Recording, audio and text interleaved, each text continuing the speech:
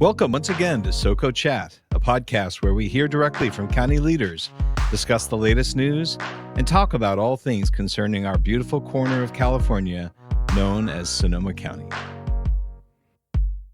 Welcome back to SoCo Chat, everyone. Thank you for joining us. Once again, I'm your host, Paul Gullickson, Communications Manager for the County of Sonoma, and we're grateful to have you with us on this beautiful day. Today on the podcast, we're very pleased to have with us Rebecca Hermosillo, the county's newest supervisor and the first Latina to serve as County Supervisor for Sonoma County's First District. We'll be talking to her about her first several months in office, as well as her priorities for the term and a number of other things. But before we get to our interview, we want to start, as always, with our trivia question. Our quick trivia question for today is this. On November 11th, 1995, the first public screening of a digital animation feature film by Pixar took place here in Sonoma County. Our questions are, what was the name of the movie and what is the name of the theater where the premiere took place? If you know, call us at 707-565-2242 or email us at publicaffairs, one word, at sonoma-county.org. And if you're correct, you'll win one of our SoCo Chat coffee mugs or one of our hats, perhaps, along with a gift card to Pete's Coffee. So with that, let's get on with our discussion. Supervisor Hermosillo, welcome. It's great to have you. Thank you. It's good to be here. Well, it's an honor. So tell us, how has your transition been? Now, I want to preface that by saying, obviously, you've been a member of the staff for Congressman Mike Thompson for a long time, and government is not new to you, but certainly being a supervisor is new, and I know that comes with a lot of new information coming your way. So how's it going? Yeah, absolutely. So a little over almost 12 years with Congressman Thompson, and definitely the federal government is different from county. Yeah. It's been really good. Everybody has been welcoming, both just to me, my team. Nothing is a problem, super helpful in helping us navigate. You think you want to do something really quick and easy, information, for constituents. And then someone's like, you might want to run it by county council. And we're like, oh, we didn't. Yeah, that's new. Great. Yeah. So different processes, but everybody's been really good. Yeah. It's hard to get to know all those processes, until after the fact. Yep. And somebody points out something you did wrong In or something. the future. Yeah. Been there, done that.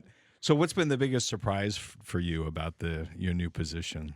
The biggest surprise is not only the different levels of government, but also just the processes of getting things done and how many hands really are touching everything that you want to do. And, it's a governing body. So you do that all from the dais and do it in public with constituent feedback, which is great.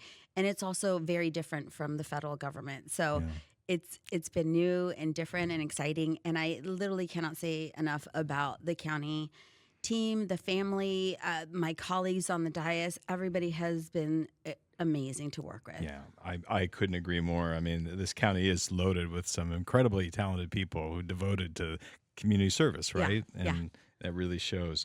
Well, this week you held your first town hall in your district, which I should note stretches roughly from the city of Sonoma all the way through Sonoma Valley to eastern Santa Rosa and goes out all the way out to Petaluma Hill Road and crosses out over there. But what were some of the key issues that were covered at your town hall, as well as the takeaways from that meeting? Yeah. So as soon as I took office, we had issues with folks that were unhoused and getting people the help they needed, either, housing, mental health services. And so that was a real priority. So I had been working on helping mitigate some of those issues in the district, but also realized that we needed to have a public safety town hall so that we can bring in together all the stakeholders, the partners, the nonprofits, so that the community can see what resources available, how we can come together and help address this issue in the district. So that was the what we wanted to have. That was the core central. It was literally public safety. And so it was really good. It was really informative. KSVY, who's in Sonoma Valley, recorded it. So it'll be on their stations too to help amplify the message. But it was really good. And it was really good for community to hear about all of the resources available. And also other departments showed up. Director Duval showed up.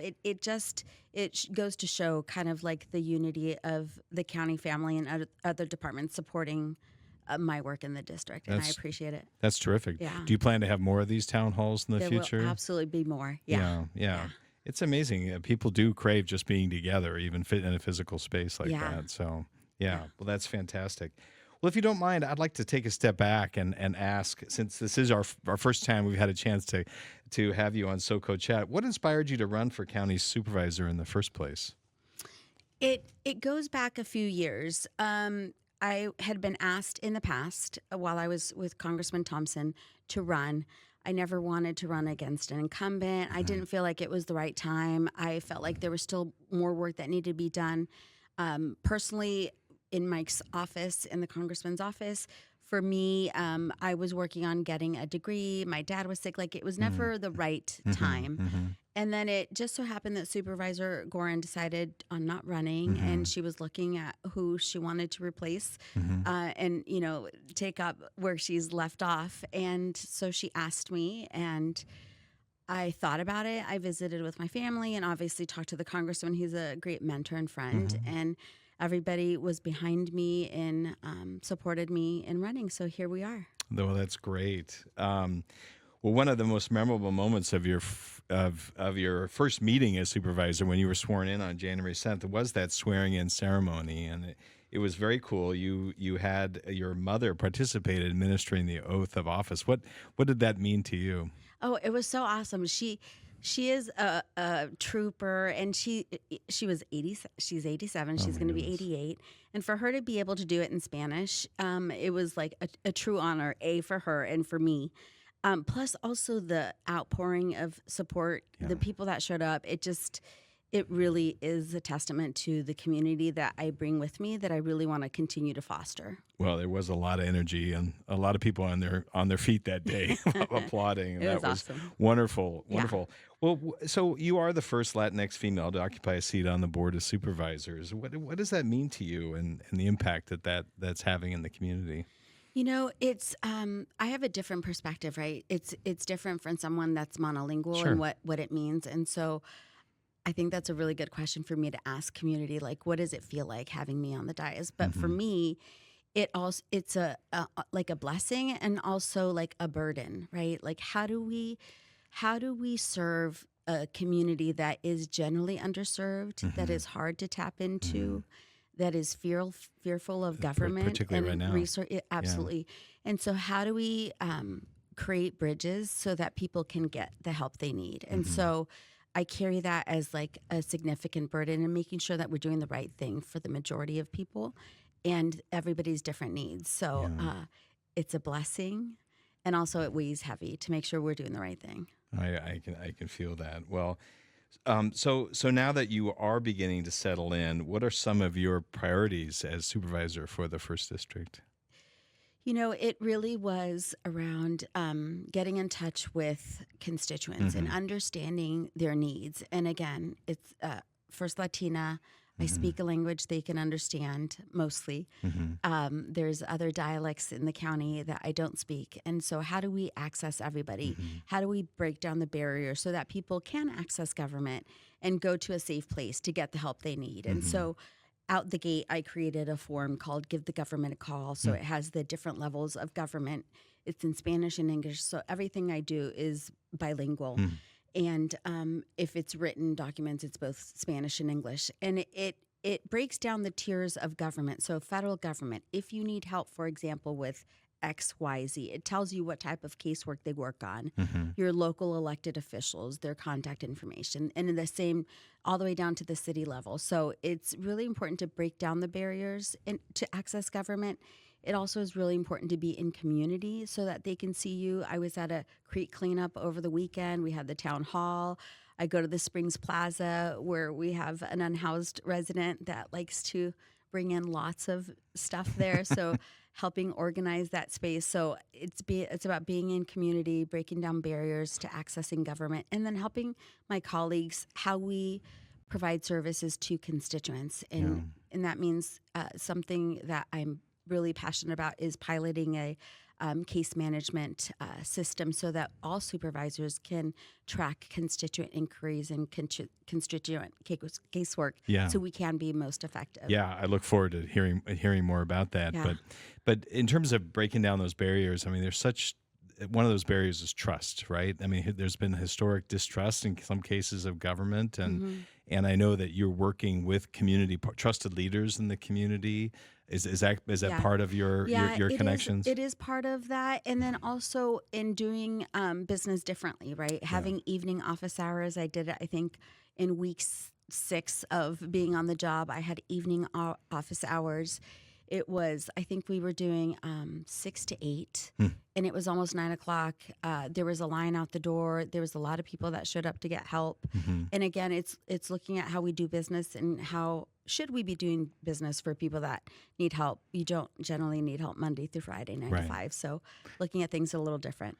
And obviously, language access is a huge issue for you. I just want to give you an opportunity to talk about that a little bit. Making sure that our communications are in English as well as Spanish to your constituents in particular. Yeah, which has been great. Your team does a really good job on social media. Well, that is a high priority, and we know that that's the way to connect with underserved communities in so many ways. Yeah, Particularly right now, there's a lot of concern and lack of trust, as we say. Yeah, and I've been able to help other departments too. Videos is what is helpful for the Spanish-speaking community. So I did a video for the farmers market that's coming up in the Springs. I did a video for Pasos, a new program to help Latino entrepreneurs. So helping other departments too. I did one for regional parks. So helping amplify the different departments in a language that's easier to understand. Yeah, absolutely. Well, thank you for your leadership in that. Yeah. Here's a question. Have you had a "this is why I took the job" moment? There's always a moment where somebody's drinking for a fire hose when they first start on. I know that's intense, but then there's always that moment where he's like, "Oh yeah, this is why I took this job." Have you had one of those yet? I've had several.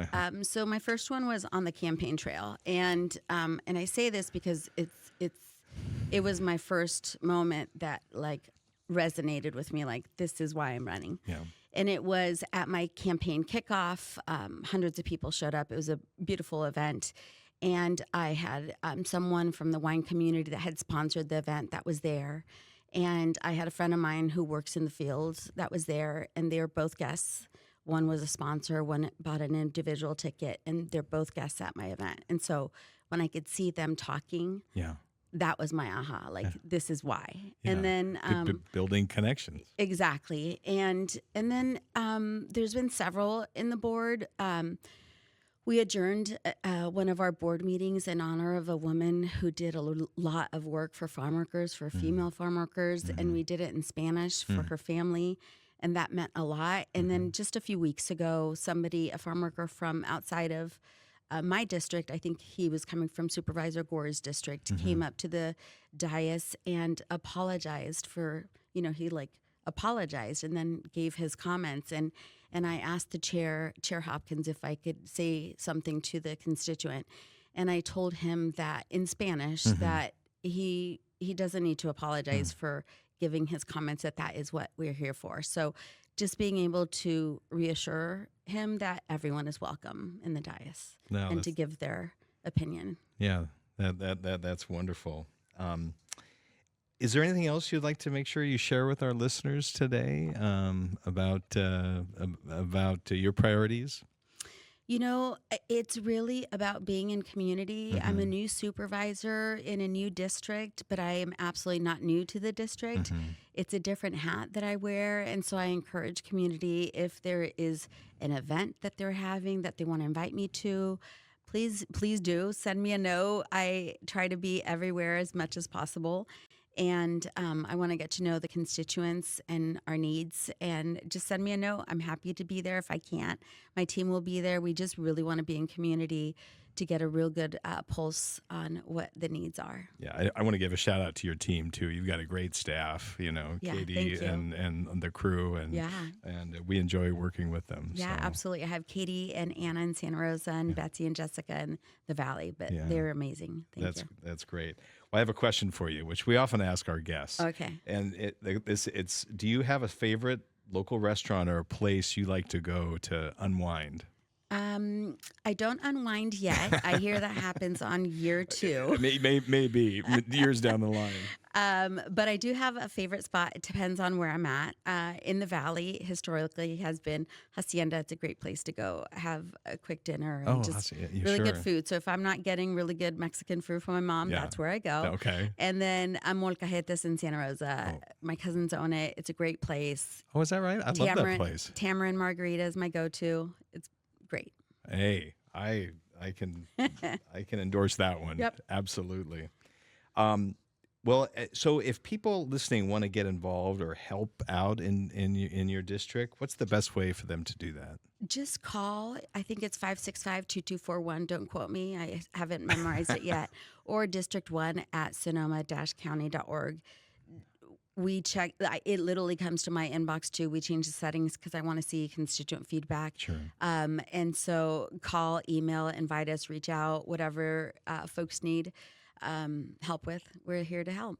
That's great. Well, thank you, Supervisor Hermosillo. We really appreciate you joining Thank us you. today, and we hope this is the first of many visits that we'll have with you because we want to Absolutely. help spread the word about what your district is up to, you and your district are up to. So Absolutely. And as a token of our appreciation for being here, we'd like to give you one of our SoCo Chat mugs Great. to take so that you have that or your choice of any of our swag here. Sounds So, good. Thank you. and we'd also like to give our listeners a chance to win one of our mugs or one of our other items today.